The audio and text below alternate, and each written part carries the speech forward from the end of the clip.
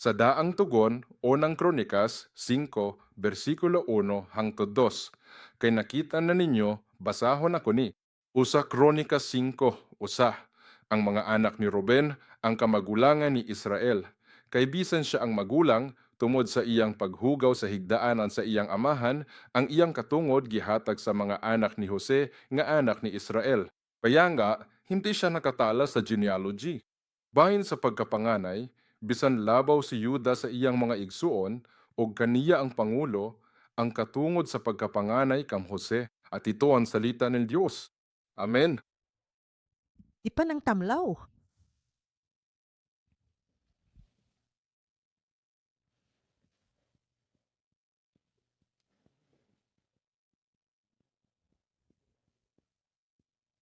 At tunay na panganay.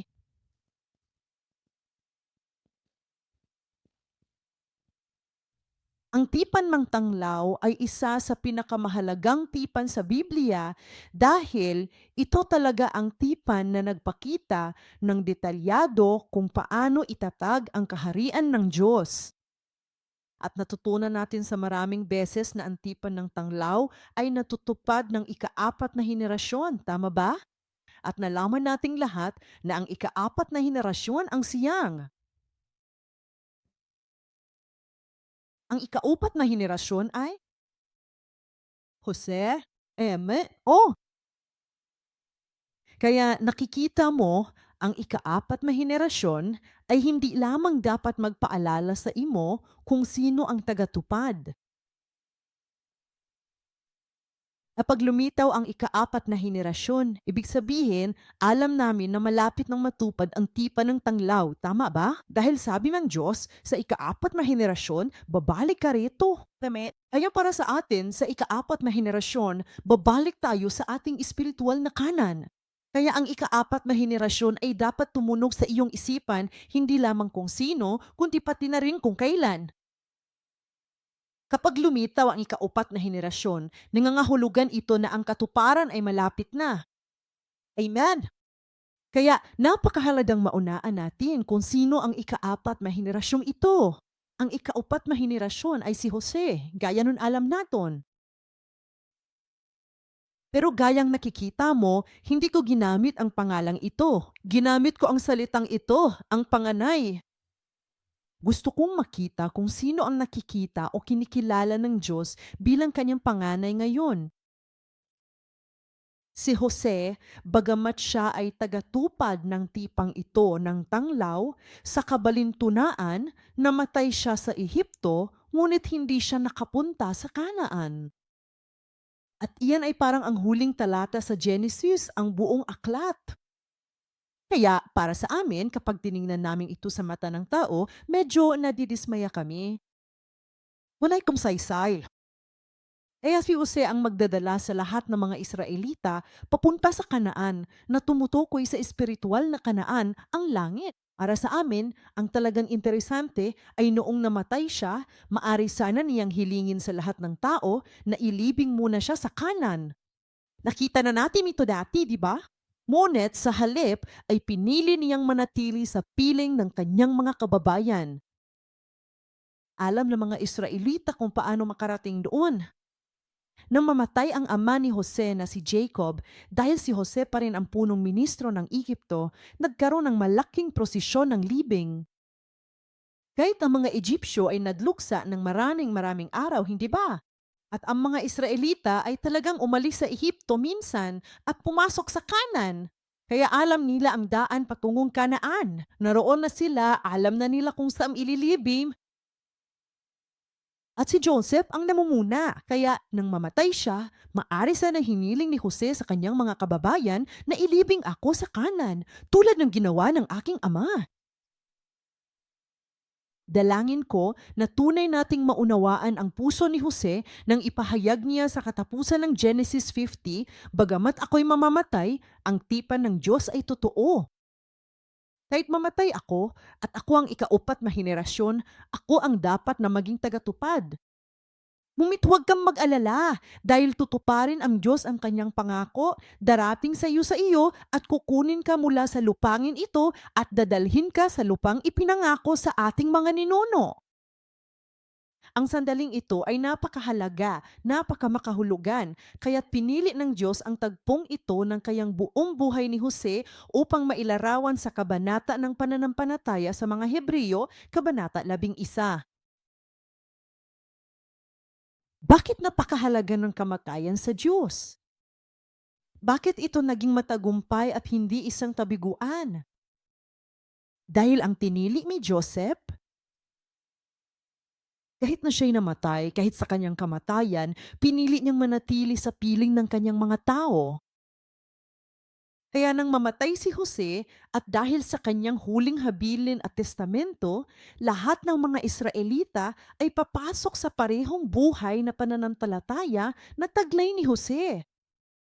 At kung paanong si Jose ang panganay na iyon, ang ikaapat na henerasyon dahil kumapit sila sa parehong pangakong sinabi ni Jose sa kanila, sa pumamagitan ng kapangyarihang itong tipan, sila rin ay tumalon at pumasok kay Jose. Kaya sila rin ang naging panangay. Kita mo kung sino ang nagbibigay ng mensahe ng tipan sa atin ay napakahalaga. Kaya naman dahil dito, nang ilabas siya ng Diyos sa Ehipto, ipinahayag niya kay Paraon, tama, palayayan mo ang Israel. Sila ang panganay ko. Dahil kanino, naging panganay ang lahat ng Israelita.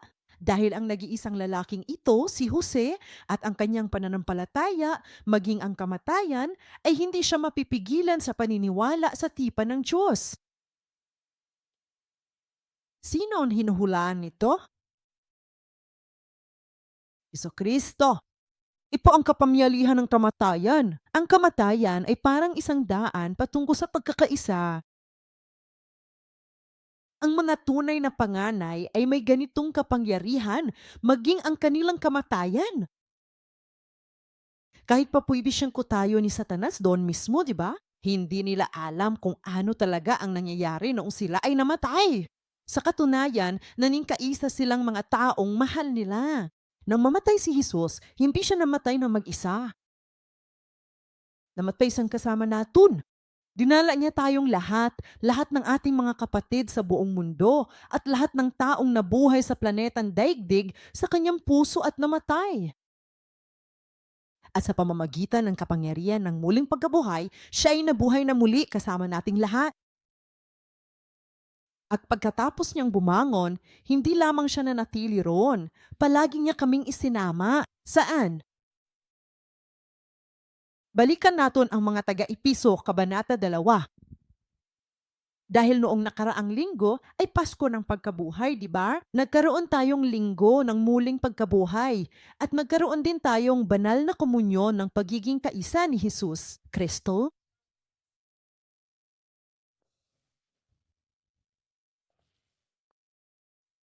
Iya sa mga taga-Epeso, Kabanata 2,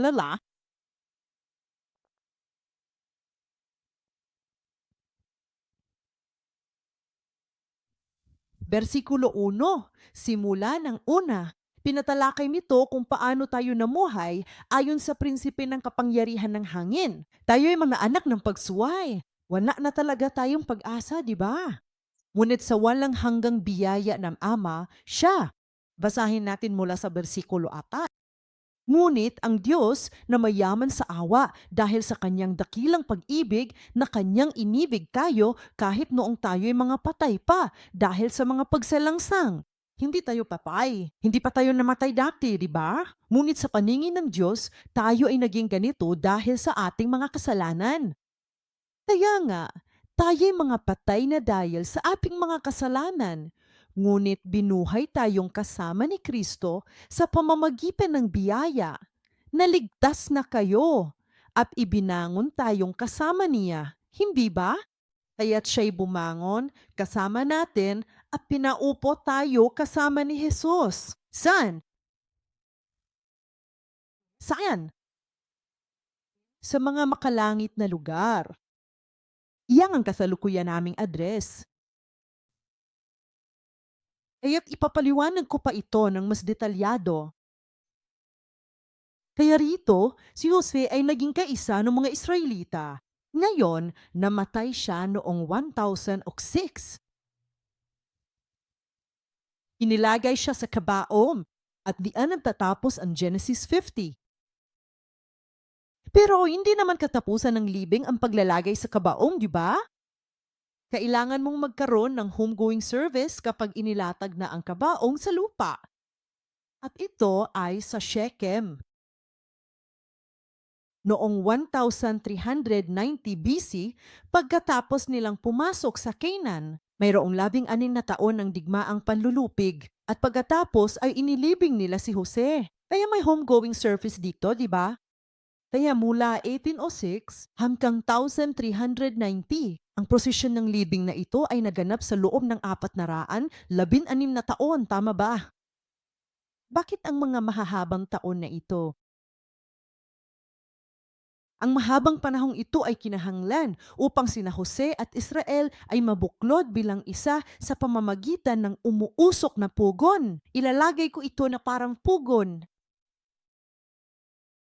At ang tanglaw, ito ang tipa ng isang tanglaw, tama ba? Ang tanglaw, ang nagliliyab na tanglaw ay dumaan. At saka, hindi ra ang tanglaw ang naroon. Mayroon pang isa pang bagay, ang pangitain.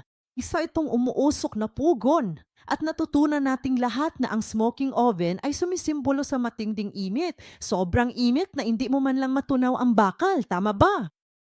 Ito ay tumutukoy sa pagdurusang ng mga tao sa Ehipto upang maging pino, upang lumabas na parang dalisay na ginto. Tama? Ngunit, sinasabi ng Diyos nang ipakita niya ang panitaing ito kay Abraham upang gawin ang tipa ng tanglaw, hindi lamang magkakaroon ng umusok na hurno at pagdurusa, kundi ang aking presensya na sinisimbolo ng kanyang tanglaw na nagliliyab na hindi kailanman mamamatay ay makakasama mo sa tabi nito. Kaya ang buong 416 na taong ng pagdurusa ng mga Israelita sa Egypto ay isang panahon sa pamamagitan ng pagdurusa ang mga tao at si Jose, ang ika-4 na henerasyon ay naging isa. Kaya nga noong Exodus, nagkasundo sila, di ba? Ganito rin ang nangyayari sa atin. Sa ngayon, sa pamamagitan ng kamatayan ni Hesukristo, kahit na yun din, ngayong linggo, tayo ay isang hakbang palapit sa pagiging kaisa ni Hesukristo upang bumuo ng isang katawan. Oo, mayroong paghihirap. Pisikal na paghihirap, mental na paghihirap. Anong klaseng pagdurusa? Maaring maaron, tama, mayroong pagdurusa. Pero siguraduhin mo may tanglaw sa tabi mo. Ang lahat ng ito ay upang tayo ay maging isa at matupad dito mismo. Kaya panimula pa lamang ito. Pero ang gusto ko talagang ibahagi sa inyo ay tungkol sa panganay. Hiya sa kamagulangan. Nasa yudta nga si Jose ang kamagulangan ug nagsimbolo ni Kristo. Sa usa Kronika 5:1-2, ang atong teksto, ang pinuod ng mga panganay wala masulat sa listahan sa kagikan. Mao kana. Sa usa Kronika 5:1-2, si Jose ang ika-4 na henerasyon. Kini ang lig-on nga ebidensya kaysa sa ubang mga anak ni Israel. Si Joseph kini. Basahon nato pag-usab ang bersikulo. 1 Kronika 5:1-2. Sinasabi sa 1 Kronika Kabanata 5 talata 12 na ang mga anak ni Ruben na panganay ni Israel ay panganay sa pisikal, ngunit dahil dinungisan niya ang higaan ng kaniyang ama, ang kaniyang karapatan sa pagkapanganay ay ibinigay sa mga anak ni Jose. Tama?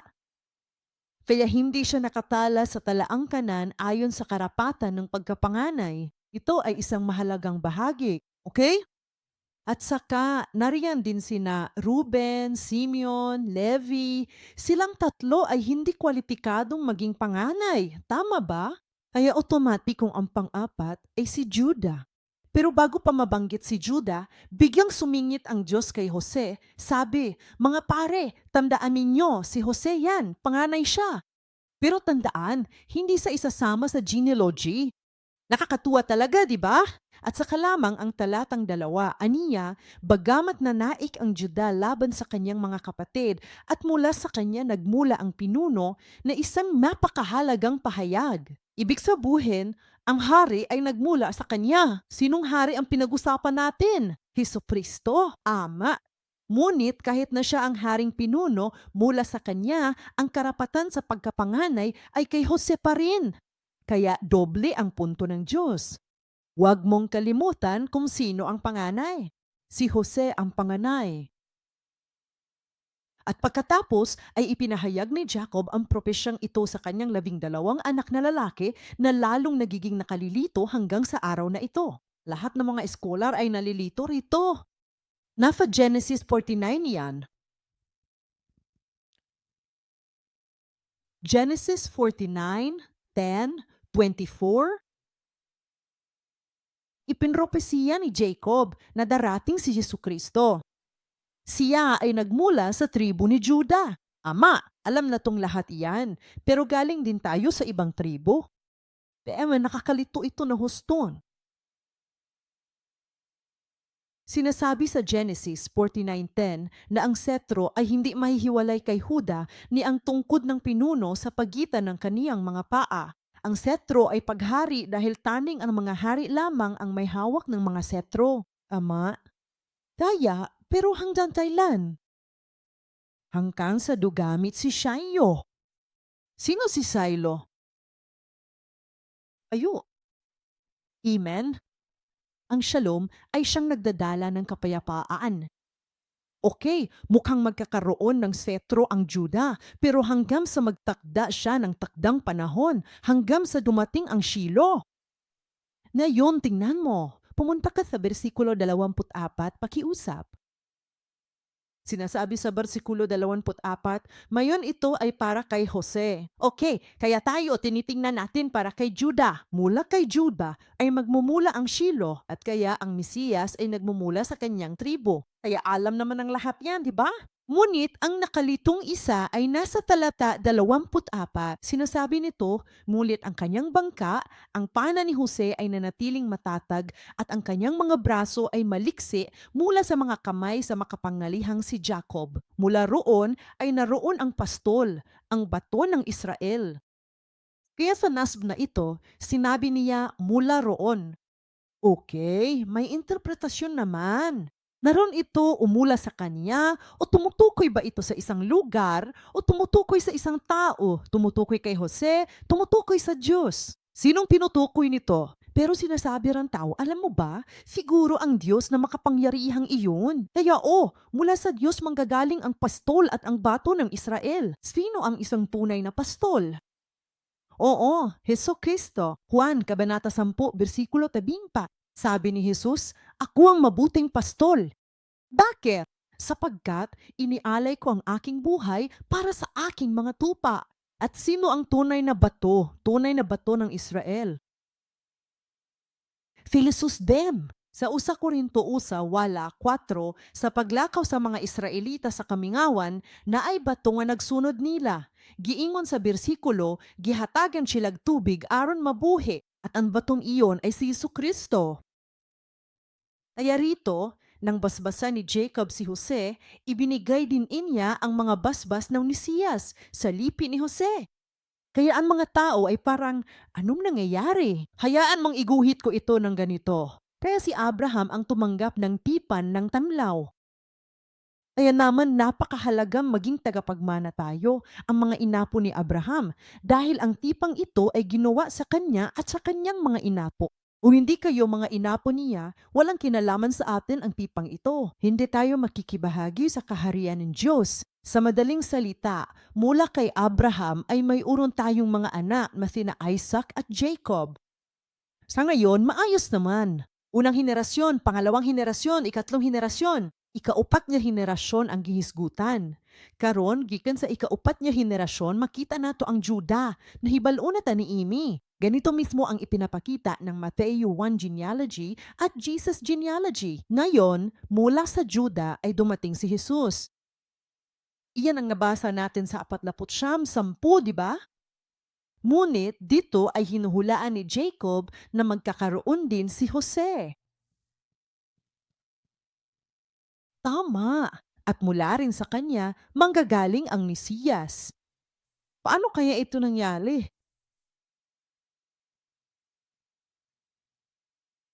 Tama. Kaya mula sa, galing ito kay Abraham. Pareho silang pang-apat na henerasyon ni na Juda at Jose. at alam na to ito ng sigurado. Kung gayon, ano ito? Kung gayon, paano ito natutupad?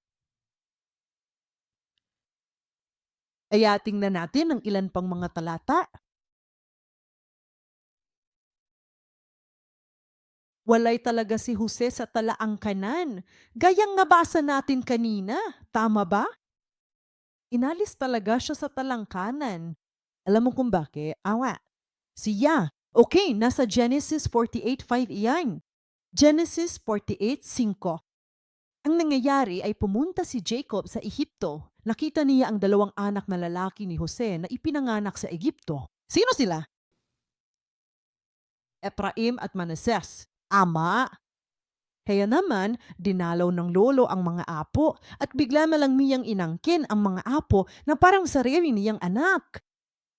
Napakakaibang gawin iyon. Basahin na to. Genesis 48. Kaya't sinabi ni Jacob kay Jose, ngayon ang dalawa mong anak na ipinanganak sa iyo sa lupian ng Ehipto bago ako dumating sa iyo sa Ehipto ay akin. Kaya hindi ito isang ekspresyon. Sabihin na nating, nako, ang gaganda talaga ng mga apo ko, pero magiging mga anak ko rin naman. Hindi naman ganon. Tingnan ang susunod na bahagi. Ang Ephraim at ang Manases ay magiging akin. Ang katarungan, sina Ruben at Simeon ay osara. Kaya't inilalagay niyan sina Jose, Manases at Ephraim sa iisang linya ng henerasyon na imposibleng mangyari. Tama. Kaya natural lang si Joseph ay inilabas. Wala siya sa talang kanan dahil ang dalawa niyang anak na lalaki, sina Ephraim at Manases, ay inilagay sa sarili niyang lugar. Kaya wala mapupuntahan si Joseph. Kaya ano ang nangyari kay Jose? Siya ngayon ay nagiging isang lalaki walang talangkaman. Itinatago ng Diyos ang kanyang mga panganay. Itinatago ng Diyos ang kaniyang mga panganay ng walang talangkanan. Napakahalaga nito. Nagtataka ako, bakit ayaw itala ng Diyos si Jose sa talangkanan? Ama, may dahilan. Sinong nagpapatunog ng kampana? Naku, walang sense. Kanino ka naaalala kapag sinabi mong walang genealogy? Si Jesus ay walang talangkanan. Yeah? Dahil oo, nagmula nga siya sa lahi ng tribo ni Juda, ngunit bueno, sa totoo lang, ang Espiritu Santo ang ipinaglihi. Ama, kaya naman walang kinalaman si Jesus sa linyang ito. Kaya pala, ang Diyos ay kahit papahano ay tumutukoy sa isa pang ruta ni Jesus. Totoo, alam mo na, linya. Pero gusto natin itong pagtuunan ng pansin, di ba? Walang talaangkanan si Jose. Si Jesus ay walang talaangkanan. Sino rin ang walang talangkanan? Melchizedek. Sumpay ni ini ang tanan tang Melchizedek. Nakilala na ni Abraham si Melchizedek. Tama. Kaya naman si Jesus ay konektado rin kay Melchizedek, gaya ng makikita pa natin. Sige, pero nakikita mo naman na si Joseph ay isang napakahalagang kawing. Sobrang interesante. Sa Mateo o sa talaang kanan ay nakalista si Jesus. Sino ang pangalan ng kanya ama? Hindi ang tunay na ama, kundi ang pangalan ng asawa ni Maria ay Jose.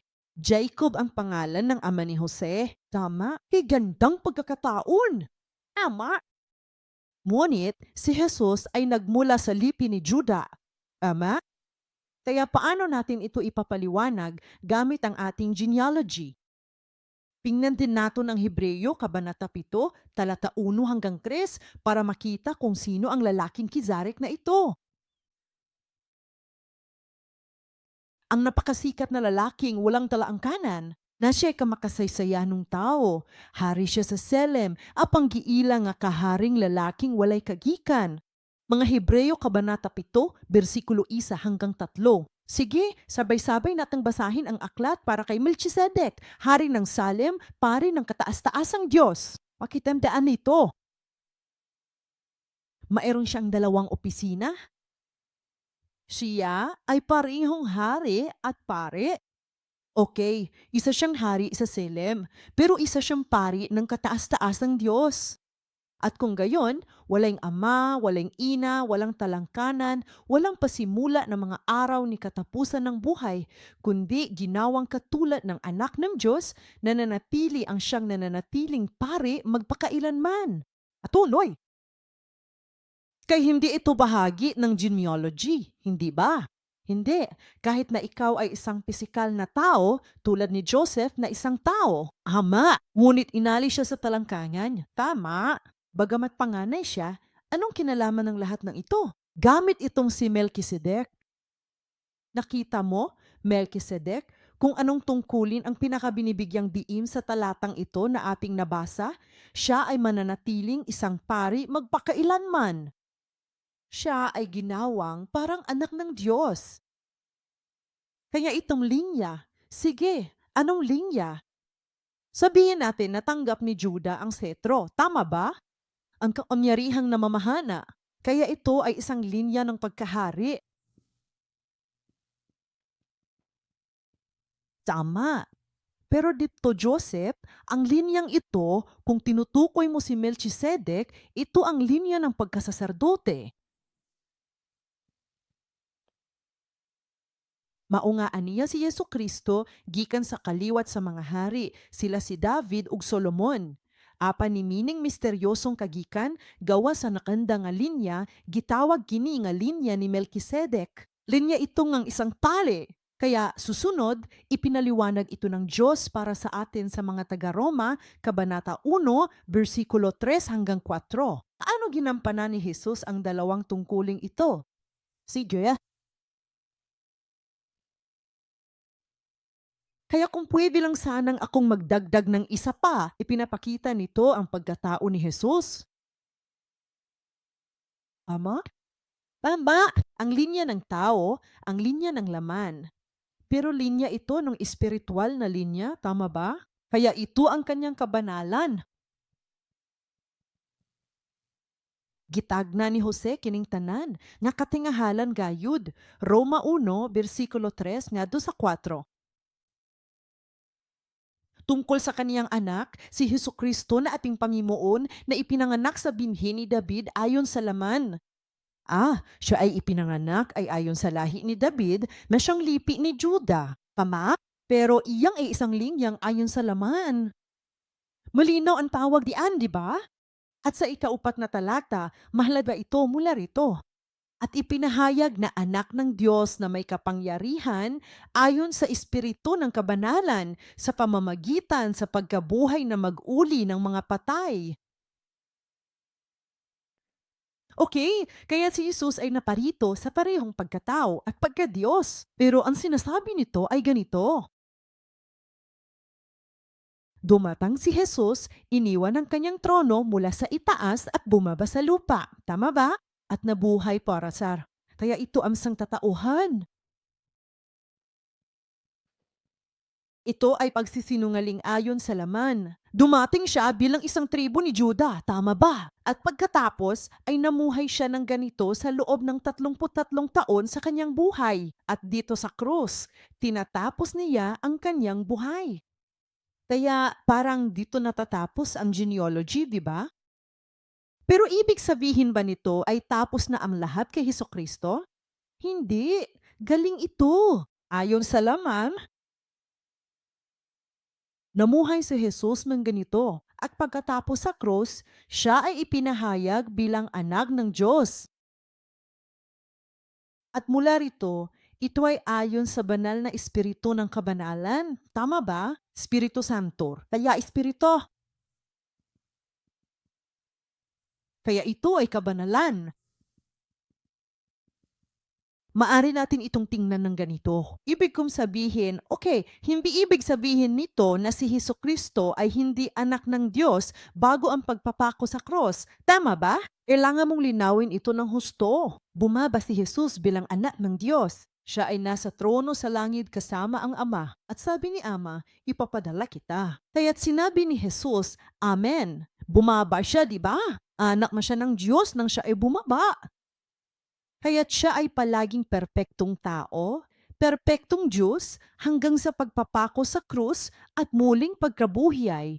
Ipinahayag ni Jesus na siya ay anak ng Diyos. Ibig sabihin ay sinasabi ng Diyos, anak ko, anak ko, anak ko. Tama? Pero nang ialay ni Jesus ang kanyang buhay para sa ating lahat, parang sinabi niya, akin na ito, tunay na anak ko. Nakikita mo ba iyon? Ipinahayag ng Diyos si Jesus bilang tunay kong anak dahil pinatunayan niya ang kanyang sarili.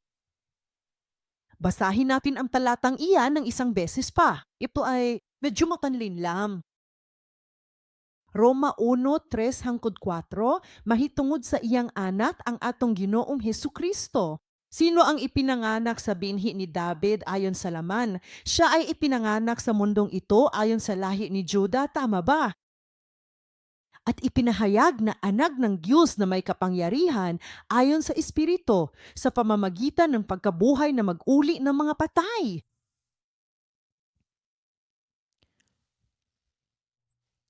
Ano ang lugar na ito? Dito niya ipinahayag ang kanyang sarili bilang anak ng Diyos. Dito niya pinatunayan ang kanyang sarili bilang tunay na panganay. At ang lugar na ito na alam natin ay pinatawag na Shechem sa espiritual na paraan. Ama, nasa nung Sichem, balikan natin si Jose. Ang Shechem ay isang lugar kung saan siya pinapunta ni Amang Jacob sa kanyang mga kapatid. Kaya kay Jose, nang sabihin niyang kapag nailibing na siya sa Shechem, naisip ko na baka hindi niya magustuhan na mailibing sa Shechem. Dahil doon nagsimula ang lahat, di ba? Ibig kong sabihin, kahit hindi ito isang Shechem, ito ay isang Dotan. Lumipat na ang magkapatid sa Dutan nang marating sila ni Jose. Ngunit siya ay nasa Shechem, isinugo ng ama ang anak. At Genesis 37. Sa Genesis 37, versikulo 13,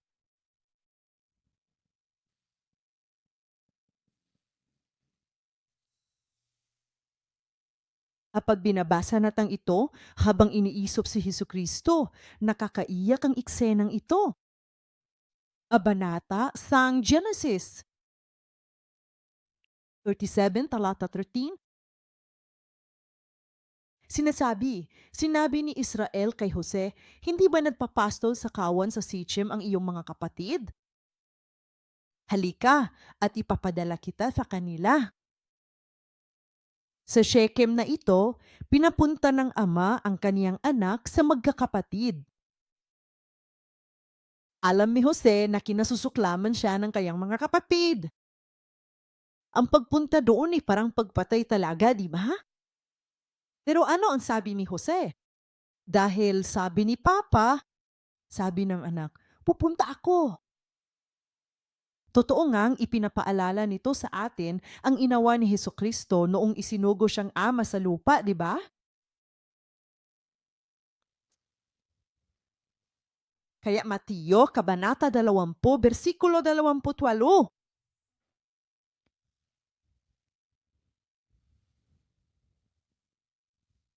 20:28.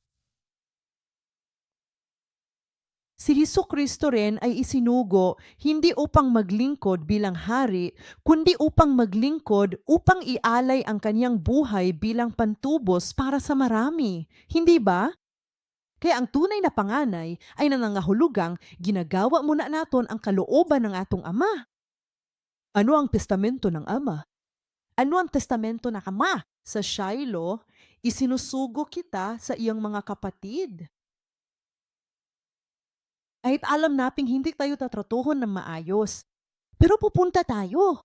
Kahit na napakaulol naman ng taong iyon. Hindi mahalaga kung gaano ko sila kausapin, gaano ko sila inimbitahan sa simbahan, gaano ako, alam mo na, hindi lang sila lumilingon, di ba? Gayon pa man, ipinapadala kita sa iyong mga kapatid at sinasabi natin ang amen. Pangalawa, ang ginagawa ng mga tunay na panganay, si Shechem.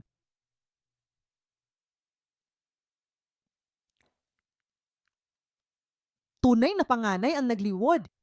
Naglilingkod sila sa ama, di ba? Naglingkod din sila sa mga kapatid. Ngayon, paano nila pinaglilingkuran ang mga kapatid? Sa pamamagitan ng pagpapatawad. Iyan ay nasa Genesis, Kabanata 50, versikulo 19-20.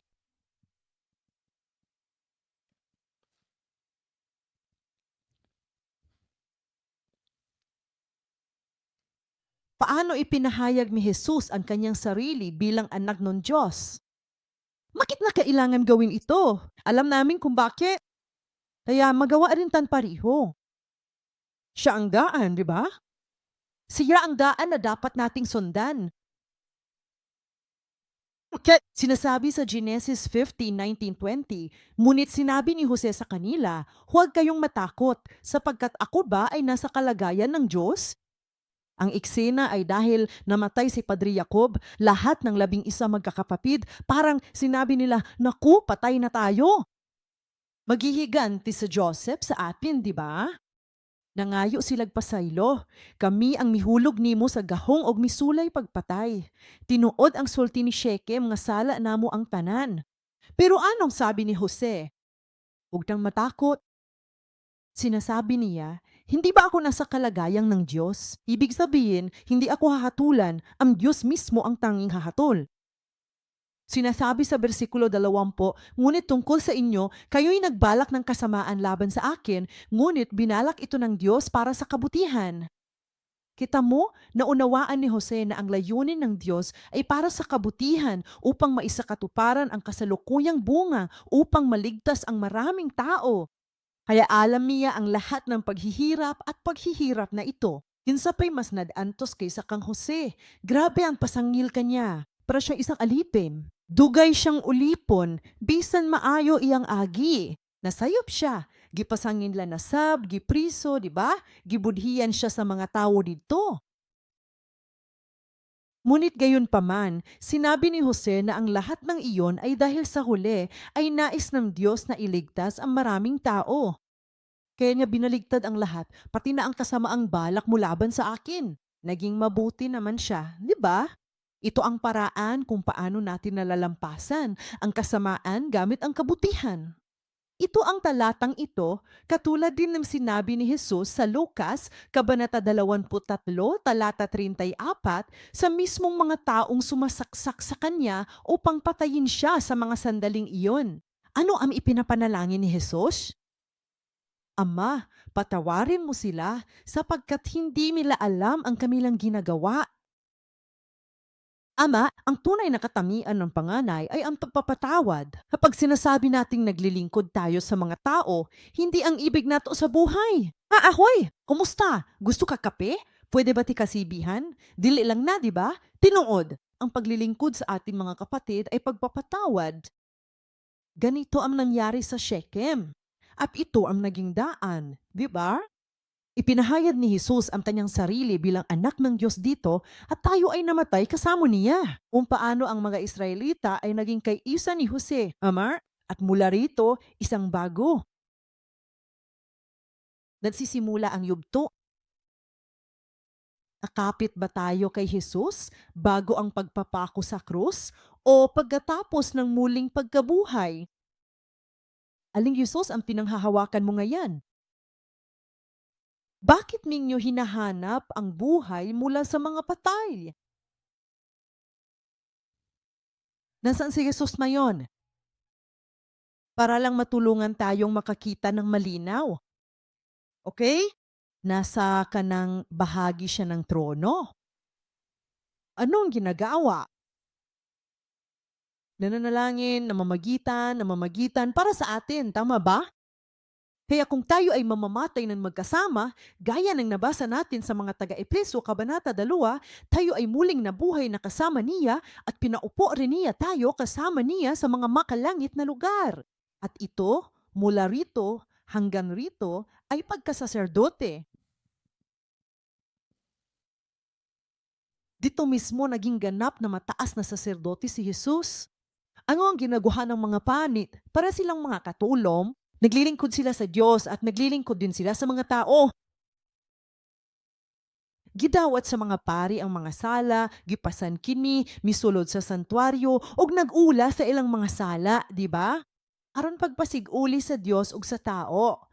ang tanang kapituon ug pito kakaliwatan sa mga lawang pari namatay tungod sa ilang sala. Ngunit si Hesukristo bilang ang perpektong mataas na saserdote, bakit?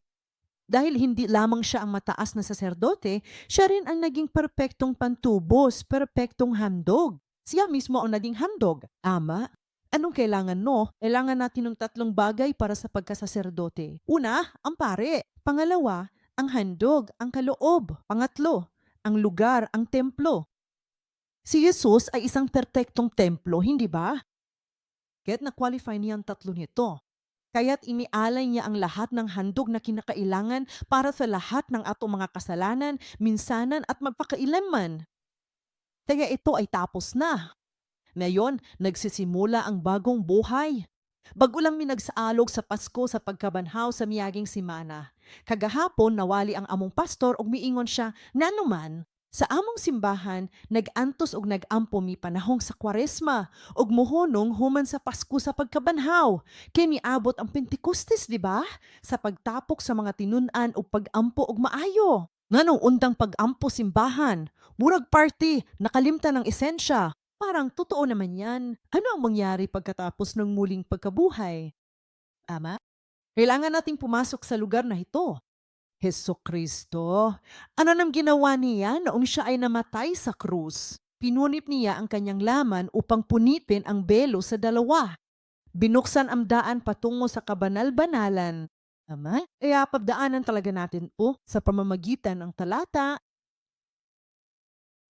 Gipasabot kini sa Hebreohanon Kapitulo 5, versikulo 7 hangtod na 10. Bago maging pare. Pagkatapos maging pari, sige. Napakabastos na mga ekspresyon po. O tawarin mo ako. Pero sige, para lang matulungan tayong maunawaan ang Hebreo, Kabanata 5, versikulo 7 hanggang 10. Kaya naman si Jesus na noong mga araw ng laman, nang siya'y mag-alay ng mga panalangin at mga daing na may matinding iyak at luha doon sa may kapangyarihang magligtas sa kanya mula sa kamatayan, ay nasaktan dahil sa kanyang banal na takot. Bakit siya nanalangin ng ganito? Para maging kaisa natin siya, di ba? Isa pataas, bigyan ng buhay ang ating lahat. At nasaktan siya dahil sa kanyang takot sa Diyos. Versikulo 8. Bagamat siya'y anak, natuto siya ng pagsunod sa pamamagitan sa mga bagay na kanyang tiniis.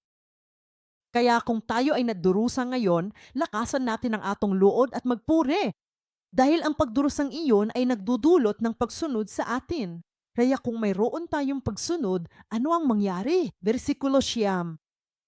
At dahil naging perpekto, ang pagdurusa ay humahantong sa pagsunod. Ang pagsunod ay humahantong sa pagiging perpekto. At siya ang naging may akda ng walang hanggang kaligtasan para sa lahat ng sumunod sa kanya at pinawag ng Diyos na maging mataas na pari ayon sa orden ni Melkisedek. Kaya hito siya umiiyak at sino ang nagmamakaawa para sa aton? Sa huli, pinili niyang ialay ang kanyang buhay para sa atin. Ama? At dahil sa paghihirap na ito, pagdurusa, moabot ang pag-anto sa tumoy, ug mudahunog. Sabing Diyos, ikaw ang aking anak, pari ka na sa hanay ni Melkisedek hangtod sa kahanghaturan. Sa Hebreo Kapitulo 5, giingon sa Diyos na si Hesukristo ang atong halangdong saserdote sa walay katapusan.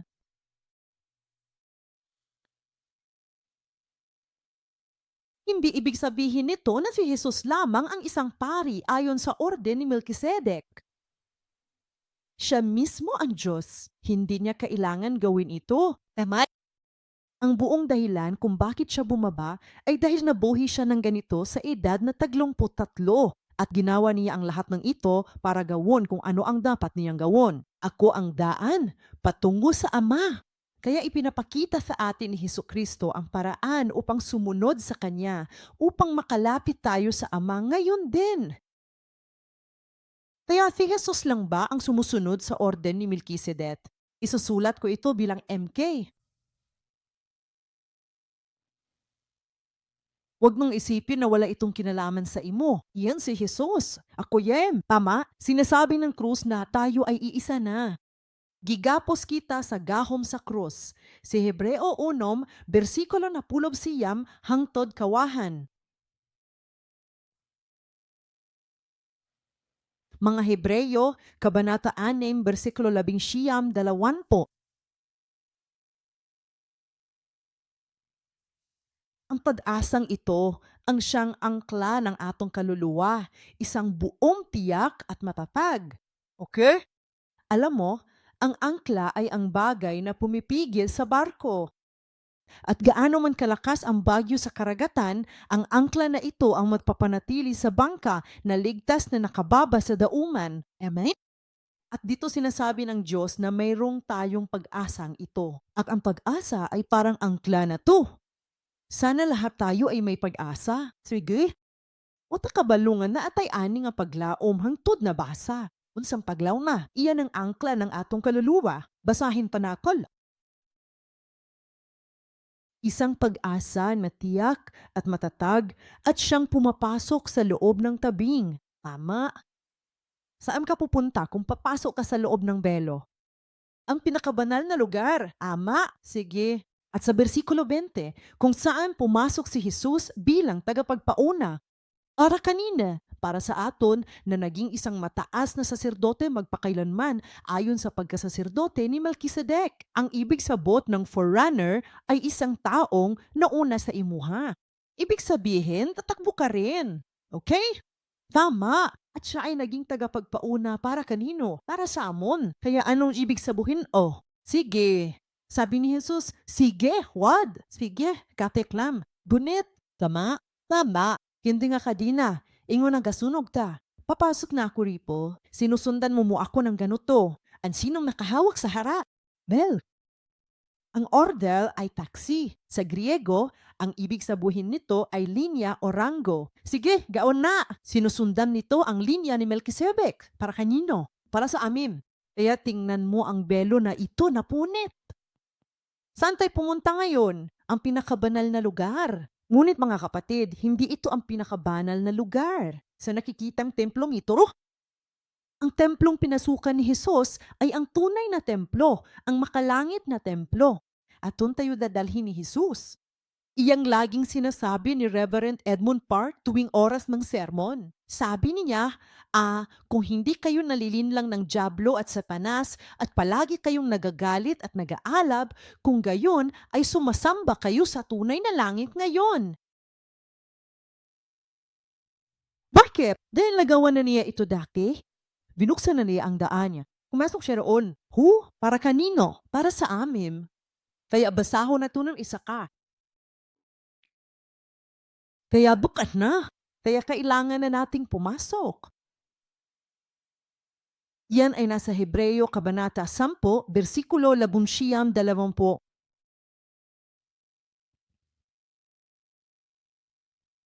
Huwag na tayong limingon, sumulong lamang tayo sa pamamagitan ng krus. Hebreo 10:19-20. Kaya nga mga kapatid, yamang mayroon tayong kumpiyansa na makapasok sa banal na lugar sa pamamagitan ng dugo ni Hesus, sa puntong ito, hindi tayo sigurado kung ito ba ay ang banal na lugar sa labas, kundi ang nasa loob ng kabanal-banalang lugar. Tama ba? Ngunit nilinaw niya ito sa bersikulo 20. Sa pamamagitan ng isang bago at buhay na daang kanyang binuksan para sa atin, sa pamamagitan ng tabing na kanyang laman. Kaya kung tayo ay daanan sa kabilang buhay, saan tayo pupunta? Patungo sa pinakabanal na lugar. Kaya mula ngayon, ang pagpapasinaya ni Jesus ay nanangahulugang nagtatag siya ng isang bagong daan. Tama ba? Ito ang bagong daan ng pamumuhay. Ang itinalagang tunay na pangangay ng Diyos ay susunod sa utos ni Melkisedek at susunod sa bago at buhay na daan at pasok mayon sa kabanal-banalang lugar, ang tunay na kabanal-banalang lugar.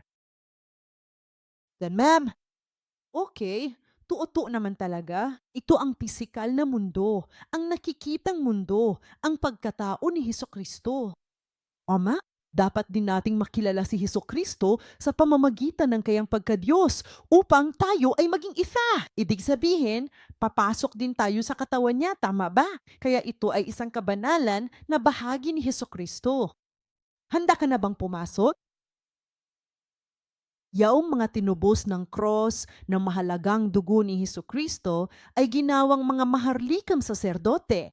Gayang ipinahayag sa 1 Pedro 2, ang paghahari at ang mga saserdote ay laging nagsasama-sama. Ngunit karamihan sa mga lalaki ay naghanap lamang ng pagkahari. Nakakalimtan nila ang tungkol sa pagkapari. Nakakagulat. Maraming beses ko na itong nasabi dati. Ang ninuno ng peninsula ng Korea, ang Koryo, ang kayang pangalan ay Tangun Wangkom. Ang ibig sabot ng Dangon ay pari. Ang ibig sabihin ng Wangwangkom ay hari. Kahit ang ating pisikal na ninuno noong unang panahon ay isang hari at pari. Ganon din ang atong Hesukristo. At sinasabi ng Diyos na tayo rin ay mga hari at mga pari, tama ba? Ayan tayo. Kaya pumunta na tayo sa busa, ang mga pangangay nagsunod sa mga orom. Karon, isip pari, na atay buluhaton. Unsa sa imong hunahuna ang atong katungdanan? Anong uri ng ministeryo ang may urong tayo? Si Melchizedek, ang kayang pangalan ay Hari ng Kapayapaan ni Yasalem. Kaya ang atong ministeryo ay tao. Shiloh ang pangalan namin. Gaano kaya ito kalinaw? Ama. Ang aming ministeryo ay ministeryo ng kapayapaan. Kaya maari ba nating tingnan kung anong uri ng ministeryo ng kapayapaan ang unang ginawa ni Jesus para sa atin? Sige, dumako tayo sa mga taga-Epeso 2:14. 18. Epeso Kapitulo 2, versikulo 14 hangtod 18.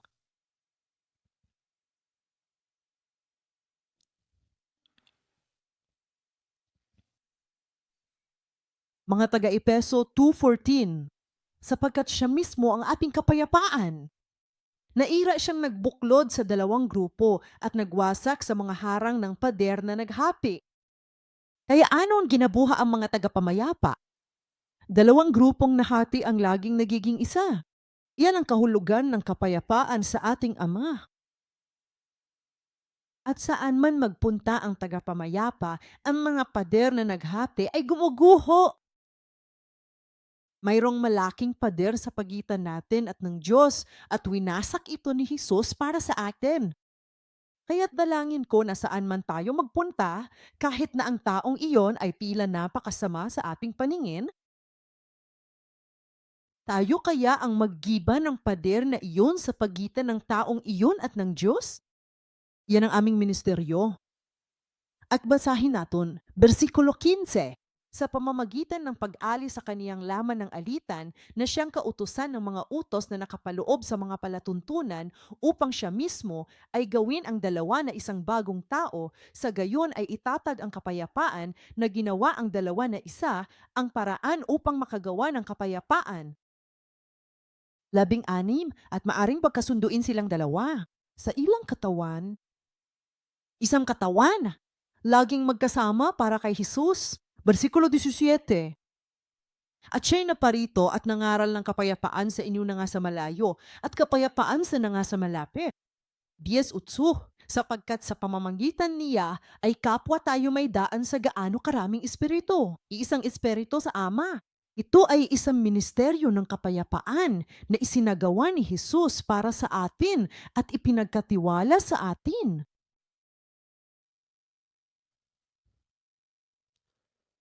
Si Jesus, pagkatapos ng kanyang muling pagkabuhay, ay nagpakita sa mga disipulo, tama ba? At ibinigay niya ang utos na ito sa ministeryo ng kapayapaan sa kanyang mga alagad. At sa katunayan, nakaukit iyan sa malaking bato at nandun man iyon sa parking lot. Kaya nga, ang pangalan ng simbahan namin ay Pyonggang na nangangahulugang kapayapaan. Simbahang unang kapayapaan. At ang mensaheng iyan ay nakasulat sa buong simbahan. Balikan na to ang Juan 20:19-23.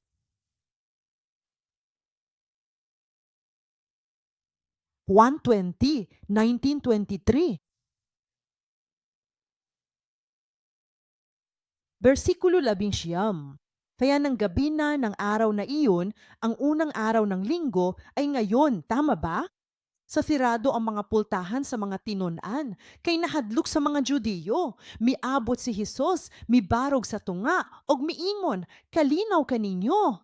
Daghan ang naghunahuna, nga kay nahadlok sila, gihatagan sila sa Dios og kalinaw. Aron sila luwas og maayo ang pamaagi. Tanawa ang bersikulo kawahan. Pagkahuman ni Imi, gipakita ni Jesus sa mga disipulo ang iyang mga tamok ug kilid. At magalak ang mga alagad nang makita nila ang Panginoon. Ingon sila, Ginoo, balik na. Ngunit, hindi na unawaan ng mga disipulo ang punto ng sabihin ni Jesus, sumainyo ang kapayapaan. Kaya sinabi niya itong muli sa bersikulo 21. Kaya't muling sinabi sa kanila ni Jesus, kapayapaan ang sumainyo.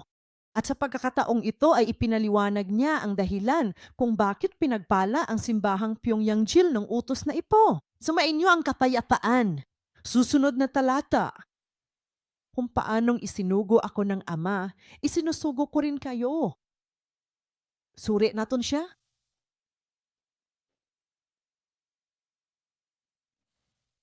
Isinugo ng Diyos si Jesus sa lupang ito. At sa parehong paraan ay ipapadala tayo ni Jesus sa atong mga kapatid hantan sa katapusan ng mundo.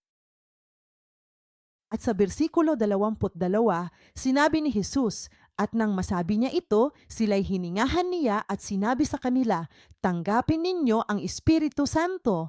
Bakit kailangan nating tumanggap ng banal na espiritu? Bakit mo gustong matanggap ang banal na espiritu? Muli, ang layunin, milinaw ito mismo ni Jesus.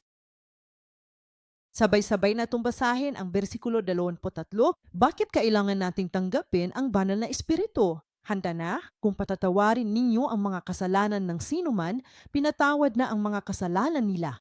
Kung hindi ninyo patawadin ang mga kasalanan ng sinuman, hindi na iyon patawadin. Binigyan niya tayo bilang mga ministro ng Pyonggang o mga ministrong kapayapaan ng kapangyarihang magpatawad ng mga kasalanan. Paalisin ba natin sila sa pamamagitan ng ating asawa o mga anak o mga pinsan o kung sino pa mang mga kaibigan? Maaring mayroong malaking pader ng kasalanan na humaharang sa kanila, tama ba? Kung patatawarin ninyo sila, sabi ng Diyos, patatawarin ko rin sila. Gawin natin ito! Iyan ay papasok sa orden ni Melchizedek. Iyan ay tunay na pagsunod kay Hesukristo ng paunti-unti. Ngayon, gusto kong magtapos dito. Ang prosesong ito, alam mo, una ay laman ng tao, tama ba? At pagkatapos, ikaw ay magiging espiritual. Hindi ba ito nagpapaalala sa iyo? Maraming beses na nating natutunan noong nilikha ng Diyos si Adan, hindi ba? Nabubuhay si Adan.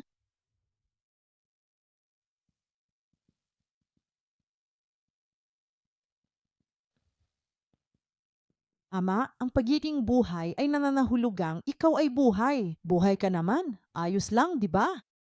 Apan dili nimo ihatag ang kinabuhi sa uban para lang sa imong kaugalingon. Sa pagkaila nato kang Hesukristo, uban kaniya sa katulon og tulo ka tuig, nahimo kitang buhi, di ba? Tumod kaniya, nabuhi kita. Patay na kami, apan karon buhi na. Ngunit sa pamamagitan ng cross, ito ay nagbabago.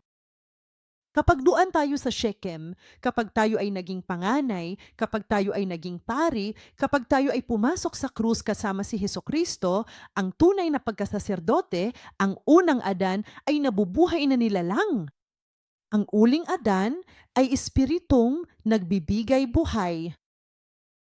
Sige, dumako tayo sa kabanata ng pagbabagong anyo.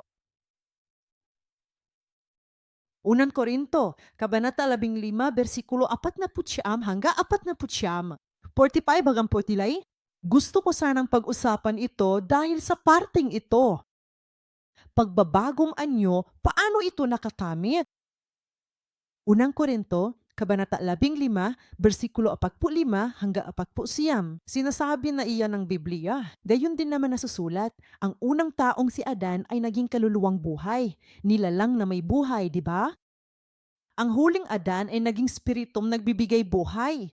At ngayon, tinutukoy ng Biblia kung alin ang mauna. Ano ang mauna?